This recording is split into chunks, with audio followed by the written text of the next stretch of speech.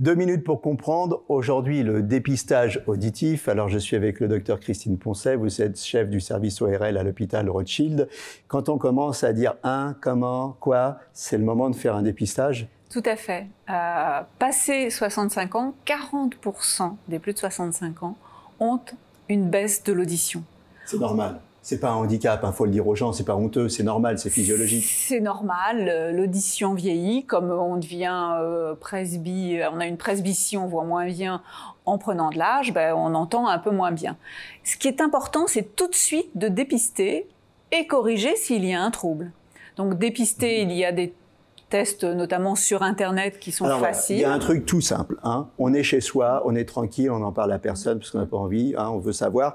On va sur Internet, on fait comme ça. Un test. H-E-I-N, le tiret du 6, test.fr. Et là, on arrive sur une plateforme et on va pouvoir tester son audition en ligne. Voilà. C'est une plateforme de l'association France Presbyacousie. C'est gratuit. C'est gratuit. On peut faire un test sur l'ordinateur, sur une tablette et on va tester son audition dans le bruit parce que la première plainte, c'est l'audition dans le bruit. Et si on a un trouble auditif avéré, effectivement, il vaut mieux consulter son ORL, avoir un bilan bien complet. Alors, ça prend pas longtemps. On a le résultat tout de suite. Tout de suite. Voilà. Tout de suite. Et tout de suite, on nous dit, il faut aller voir l'ORL. Il faut aller voir l'ORL. Bon, ça va bien. Voilà.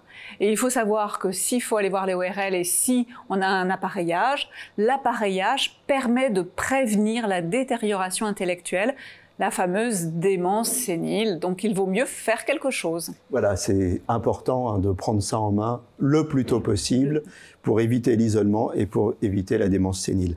On répète, H-E-I-N, le tiret du 6, test.fr. À bientôt. Nos émissions vous plaisent, alors aidez-nous à faire grandir la chaîne. Pour parler santé au plus grand nombre, partagez, likez, abonnez-vous.